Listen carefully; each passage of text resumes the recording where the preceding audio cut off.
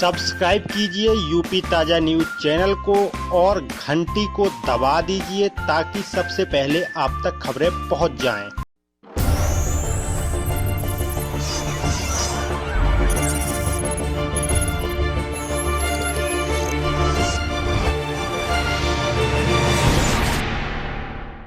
राजनीति में आने का फैसला क्यों लिया? हम पहले से राजनीति में और समाज कल्याण के लिए हम काम करना चाहते हैं, आगे बढ़ना चाहते हैं।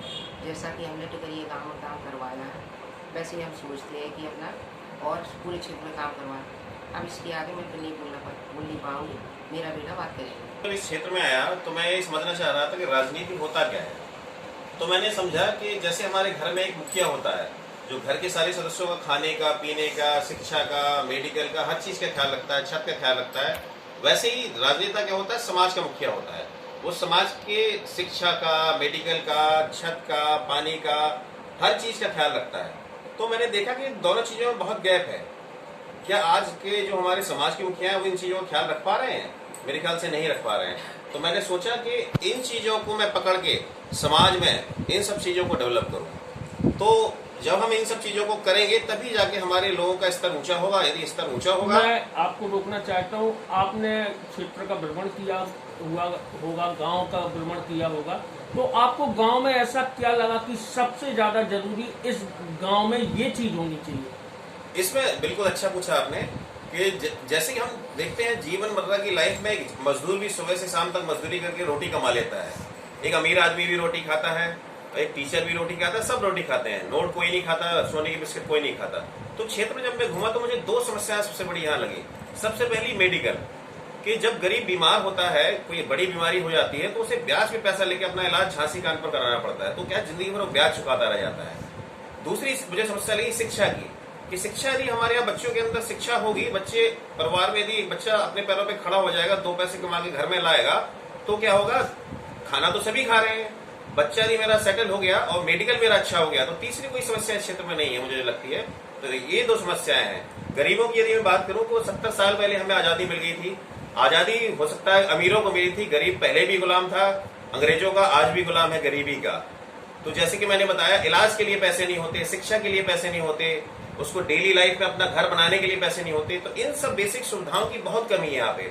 70 साल हो गए इस क्षेत्र को आजाद हुए, बट राठ जैसे क्षेत्र में कोई एक बड़ा हॉस्पिटल नहीं है जहाँ हमारे गरीब को एक अच्छा इलाज मिल सके, हमें झांसी कानपुर ना जाना पड़े। तो ये जो समस्याएं हैं, इन सब समस्याओं को मैं देखते हुए अपने माताजी के थ्रू आना चाहता था, जैसे मैं नौकरी कर रहा हूँ अभी।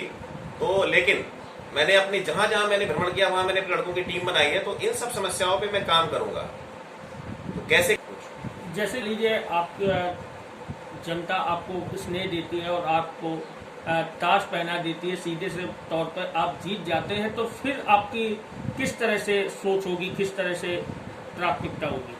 देखो, जीतना तो जनता के हाथ में है। जनता के हाथ में अधिकार है, वो अपना वोट देगी, किसको जिताती है किसको नहीं जिताती है वो जनता डिसाइड करेगी। लेकिन जीत ना जीत से जो मेरे काम करने का संबंध बिल्कुल नहीं है। जो मैंने दो चीजें बताई हैं, तो शिक्षा बताई है, दूसरा मैंने मेडिकल बताया है। इसके ऊपर मैं चुनाव के बाद काम स्टार्ट कर दूंगा। कैसे काम करूंगा मैं बताता हूँ। देखो, 3 माध्यम होते हैं, राजनीति से और सरकार से इसका कोई संबंध नहीं है। एक हम बोलते हैं CSR, कॉर्पोरेट सोशल रिस्पॉन्सिबिलिटी। जिस कंपनी में मैं काम करता हूँ, आप एक डिपार्टमेंट है जो कि समाज कल्याण के लिए काम करता है। भारत देश में एक बाध्यता है, यदि कोई कंपनी 100 रुपए कमाती है, मुनाफा करती है साल में, तो 2 रुपए उसे समाज कल्याण में खर्च करने की बाध्यता है। तो हमारी कंपनी का सालाना बजट 1200 करोड़ रुपया है, जो कि कंपनी 1200 करोड़ पूरे भारत में समाज कल्याण में खर्च करती है। हमारी कंपनी ने 70 गांव गोद ले रखे हैं। जैसे हम एक बच्चे को गोद लेते हैं, उसका ख्याल रखते हैं, वैसे मेरी कंपनी ने 70 गांव गोद ले रखे हैं। वैसे ही हिंदुस्तान में 3000-4000 कंपनियां हैं जिनका टोटल बजट मिला के 25,000 करोड़ है, जो कि भारत में आज की डेट में वो खर्च कर रहे हैं। लेकिन बड़ी दुर्भाग्य की बात है कि बुंदेलखंड में 1 भी रुपया वो नहीं आ रहा है, ना कोई गांव गोद लिया हुआ है। तो सबसे पहले मेरी शुरुआत ये होगी कि सबसे पहले मैं अपना गांव गोद दिलाऊंगा अपनी कंपनी को। पर शुरुआत करके मेरा टारगेट है बुंदेलखंड में एटलीस्ट 100 गांव में कंपनियों को गोद दिला सकूं, यहाँ की समस्याएं सुलझाने के लिए। दूसरा तरीका है NGO, जिसे हम बोलते हैं नेशनल नॉन गवर्नमेंटल ऑर्गेनाइजेशन। दुनिया में बड़ी बड़ी कंपनियां हैं, बहुत सारा लाखों करोड़ रुपया कमा रही हैं, तो उन्होंने क्या है, NGO बना दी है। वो समाज कल्याण के लिए अपने इनकम का सर्टेन परसेंटेज खर्च करती हैं।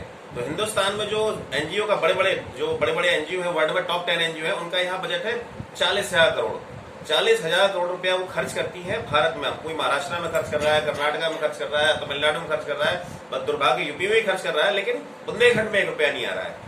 इन सब के हेड ऑफिस दिल्ली में है। तो मैंने डिसाइड किया है कि जो मेरे क्षेत्र की समस्या है उन समस्याओं को मैं इकट्ठा करके इनके हेड से मिलूंगा, उन समस्याओं को सुधारने के लिए उनको लाके यहाँ पे काम करने की कोशिश करूंगा। तो आपकी माताजी किस सीट से चुनाव लड़ रही है? मेरी माताजी सैदपुर सीट से चुनाव लड़ रही हैं और मेरी माताजी का चुनाव चिन्ह है टाइपराइटर, जो कि इसमें लगभग कितने गांव आते हैं? इसमें 31 गांव आते हैं। अब आप क्या संदेश देना चाहते हैं? मैं आपके माध्यम से संदेश देना चाहता हूं कि जब मैं क्षेत्र भ्रमण कर रहा था तो आने से पहले मैंने टीम से पूछा था कि इन 30 गांव में किन किन लोगों की वृद्धा पेंशन नहीं बनी है, विधवा पेंशन नहीं बनी है, हैंडीकैप सर्टिफिकेट नहीं बने हैं और किन के परमिट नहीं बने हैं। तो मुझे सूचना वो मिल नहीं पाई। यदि आचार संहिता से पहले वो सूचना मुझे 10 दिन पहले मिल जाती तो मैं सारे गांव का डेटा इकट्ठा करके 10 दिन के अंदर सबकी पेंशन बनवा देता। ये बड़ा छोटा काम है। आचार संहिता जैसे ही खत्म होती है मैंने सारे गांव में टीम बना दी है, तो इन सब लोगों का मैं डेटा इकट्ठा करके हर किसी की पेंशन जिसकी पात्रता है, विधवा पेंशन, वृद्धा पेंशन और हैंडीकैप सर्टिफिकेट, उनके सर्टिफिकेट मैं बनवाऊंगा और इन लोगों से 1 रुपया नहीं लूंगा। क्योंकि सरकारी योजना है, हर आदमी को मिलनी चाहिए। ऐसा नहीं होना चाहिए गांव में 50 विधवा है, 10 विधवा है तो 2 विधवा को पेंशन मिल रही है, 8 को नहीं मिल रही है। सब गरीब है, सबको जरूरत है। तो तीसरी चीज मैं बोलना चाहता हूँ कि छोटे काम है, लोग काम करना क्यों नहीं चाहते? जब चुनाव आता है तो लोग पैसा बांटना शुरू कर देते हैं और वोट खरीदना शुरू कर देते हैं, तो वो 500 में बेचारा बिक जाता है क्योंकि उसके पास पैसे की कमी होती है। यदि उसकी पेंशन बना दी गई तो साल के 500 1 महीने में मिलता है। यदि साल की बात करें तो 6,000 मिलता है, 5 साल की बात करें 30,000 मिलता है। यदि नेताजी ने उनकी पेंशन बनवा दी तो 30,000, वो 500 वोट नहीं देगा, फिर वो 10,000 रुपये वोट का मांगेगा, नेताजी के कपड़े फट जाएंगे। तो इसलिए जो भी लोग यहाँ क्षेत्र में काम कर रहे हैं वो गरीबों के ऊपर बिल्कुल ध्यान नहीं दे रहे हैं, जिसकी वजह से हर गांव में एटलीस्ट मैंने एक गांव का 50 परिवार का सर्वे किया तो उसमें 10 परिवार में पेंशन नहीं बनी हुई है और पात्रता रखते हैं। तो ये काम बहुत छोटा है, बहुत बेसिक है, होना चाहिए। और चुनाव के बाद मैं 100% दूंगा, इससे चुनाव के परिणाम से कोई लिंकेज नहीं है। तो बस इतना ही मैं कहना चाह रहा था। सब्सक्राइब कीजिए यूपी ताजा न्यूज चैनल को और घंटी को दबा दीजिए ताकि सबसे पहले आप तक खबरें पहुंच जाएं।